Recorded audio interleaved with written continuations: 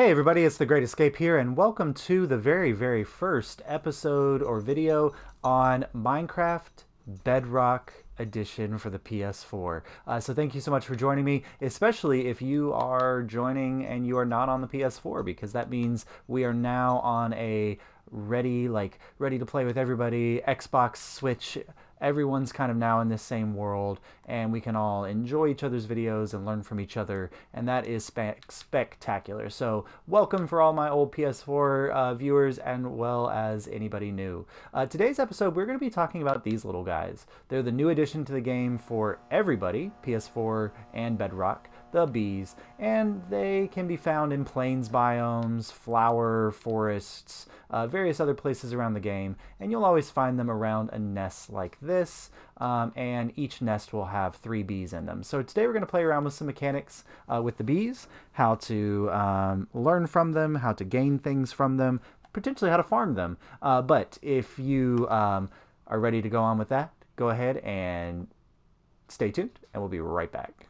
So first things up in the your crafting menu here, or in your inventory guide, or whatever, if you're in creative or if you're in something else, you will find these items that are connected to bees. Unfortunately, beetroots are beef, not connected to bees, but we've got beehives.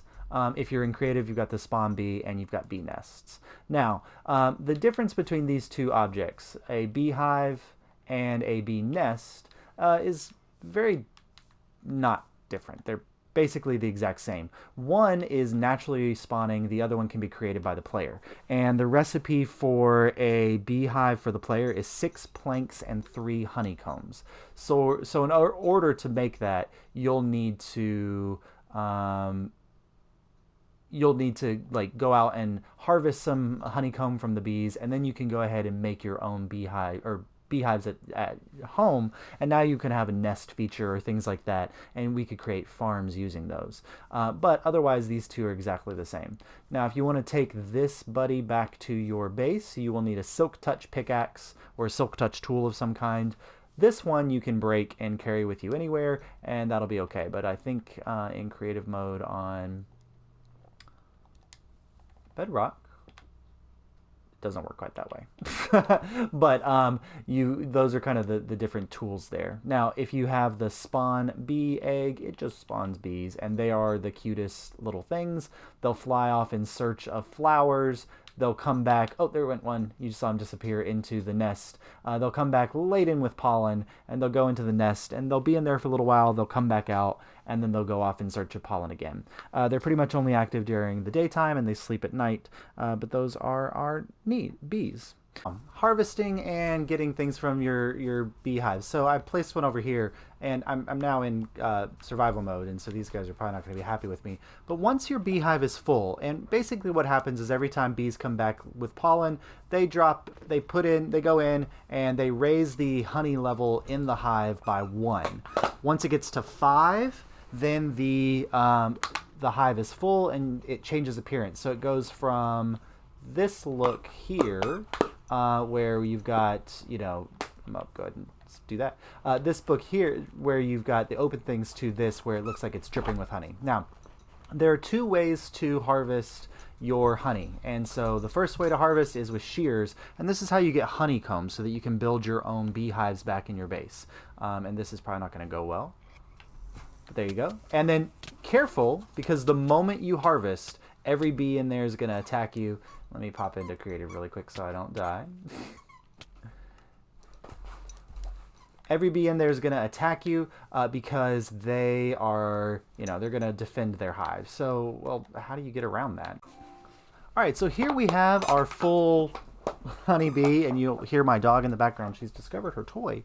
Our full honeybee, and if you see it's up in a tree, then it will not only show that it's full of honey, it will drip with honey as well. So that's great. Now, how to harvest it safely. What you'll need is a campfire. So pop a campfire down underneath the tree, or underneath the hive, and you'll see the smoke come up out of the hive.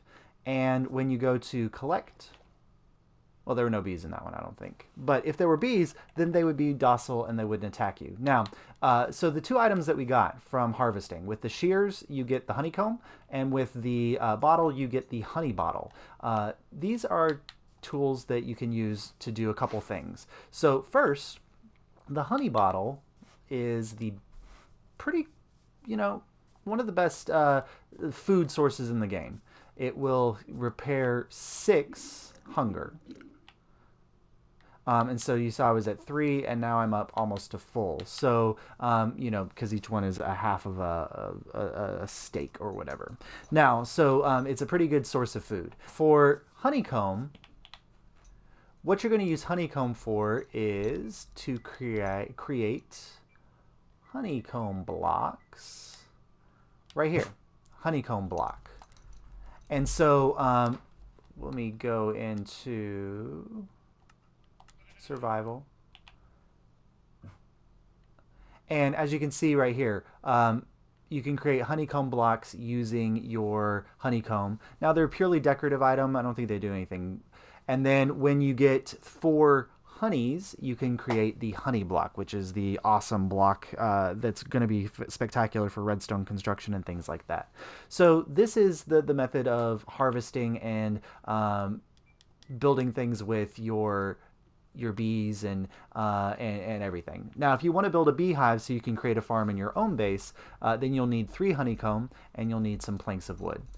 So that's kind of our introduction and things to bees. So let's go ahead and play around with some of the mechanics of bees, and then we'll play around with the honey block as well. What we've got here is kind of a basic farm that you could build in your world. Completely manual, of course, and we'll play around with building some non-manual farms later on.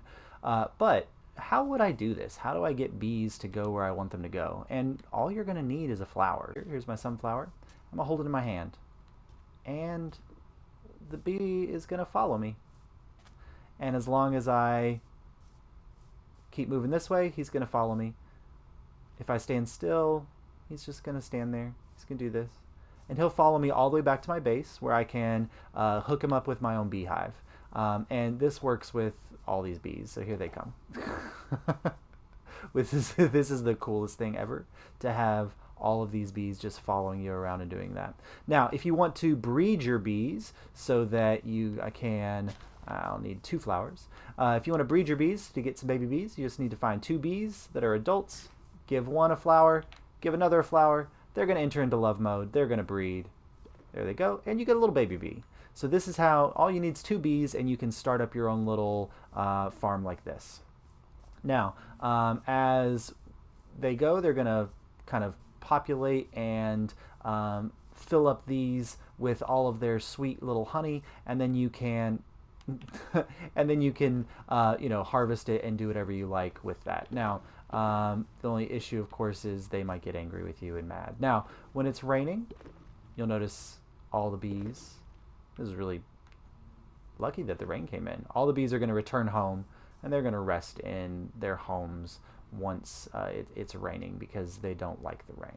I've switched over to a super flat world just so that there was less distraction and things, and this is a super basic farm design that you could use for a manual farm that will prevent you from getting killed from harvesting things, because you've got the fire underneath your bees to keep them docile. Now, just so you kind of understand that each of these beehives represents 3 bees. So this is 3, 6, 9, 12, 15, 18, 21, 24 bees. So let's go ahead and get them down here.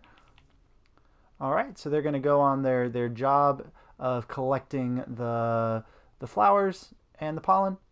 They're going to go deposit that flower and pollen over there, and they're just going to keep on doing that until things are full. Now, once you get them all full, you just come along with your shear or with your glass bottle, depending on whether you want honey or honeycomb, and you can collect everything out of those just like you would a bee's nest. Now, you could, if you would wanted to, go harvest bees' nests, but you would need Silk Touch pickaxe to do that. But that would work the same way. And you would be getting all of that delicious honeycomb and stuff that you would need for your base and your buildings and all of that. Now, could we automate this, you ask? Yes. Yes, you can. How would we, increase this or make this something that's automatic? And the answer is the fact that the hives themselves output a redstone signal depending on how much honey is present within the system.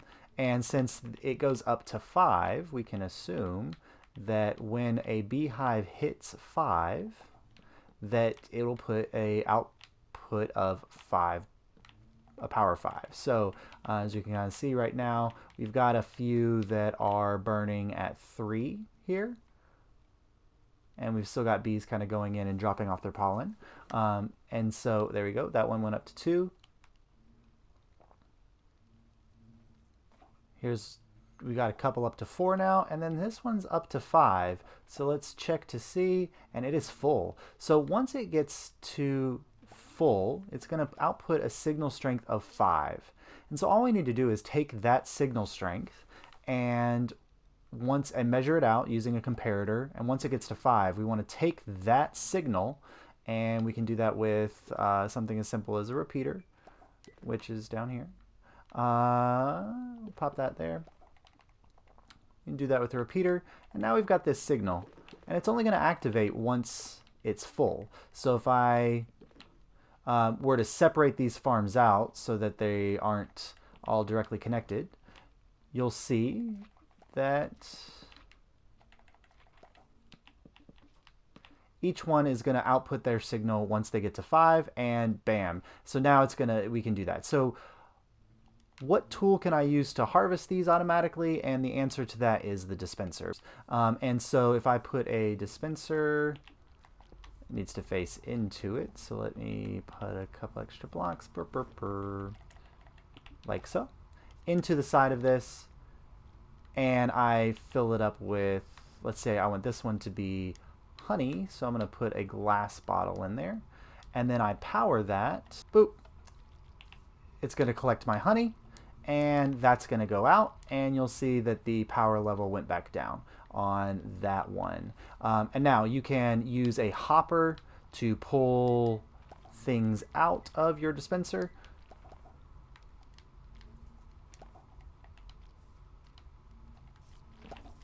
Like so. And there we go. So there we go. So all you would need is a chest on top of your dispenser that holds a bunch of glass bottles, and you're going to take a lot. And then your dispenser will load up with the glass bottles, and then each time your little thing is filled up, it will output, and then you can output your honey into another chest, and then use that to create your honey blocks and things like that. Our honey block, here's our honey block, and you get this honey block by combining 4 glass bottles of honey, which you can get from our simple little farm over there. And well, what does it do aside from being a cool looking block that allows light to transmit through it, just like a slime block? First of all, it slows things down. So if you put it down, it's going to slow things just like if it was a slime block, or not a slime block, a soul sand block. The other thing it does is it prevents jumping. So notice, like, I'm jumping here. Let's see. I probably can't. I can't even get on this block. So if you want to prevent something from jumping over a 1 block high thing, or you want to prevent mobs from jumping over something, just put some honey blocks down, and they're not going to be able to do that. The next cool thing that a honey block can do is you're going to build a tower out of it. You can slide down a honey block just like we would slide down ladders. Now you can't climb back up the honey block, unfortunately, but you can use it. Like, let's say you want to line a 1x1 drop chute with it. You can use it as a descending only thing to do that. The other thing, as with hay bales and anything else, the honey block also reduces fall damage by 80%. So this will probably still kill me, but let's pop out of creative mode for just a moment. Oh, bam! That was pretty high fall, and it definitely cut the fall into pieces. So you can also use it as a way to kind of stop your fall. Now, it's not going to do like a slime block will, where it'll launch you back up after you've hit it. Once you hit it, you're going to stick to it. All right, the last use for honey blocks, and probably the most exciting, is that if you have a honey block and you power it with a piston, it's going to push out just like it normally would. But if there's another block here, let's say, and another block here, and I power it, that honey block is going to take any other blocks with it. So you can use the honey blocks much the same way that we would our slime blocks, to take blocks with them and push them. Now, if you have a sticky piston and you power it with a honey block, or a honey block attached, and you depower it, it's going to move with it just like our slime blocks do. Now, the only difference is slime blocks and honey blocks do not interact with one another. That's all the kind of the new features surrounding bees in the game. If there's anything that I missed, please point it out, because I'm still also getting used to the new Bedrock controls and things. I literally installed Bedrock about an hour ago, and now I'm in the process of making these videos and getting into it. So if you enjoyed this video, please drop a like down in the bottom. It definitely helps the channel. And if you really enjoyed it, please subscribe for more content. And welcome to everybody, PS4, Xbox, Switch users, if you play on Windows 10. Anybody in the Bedrock community, this is now, I guess, a Bedrock channel. But shout out to all of my PS4 peeps following me over. This has been The Great Escape, and I will definitely see you next time. Happy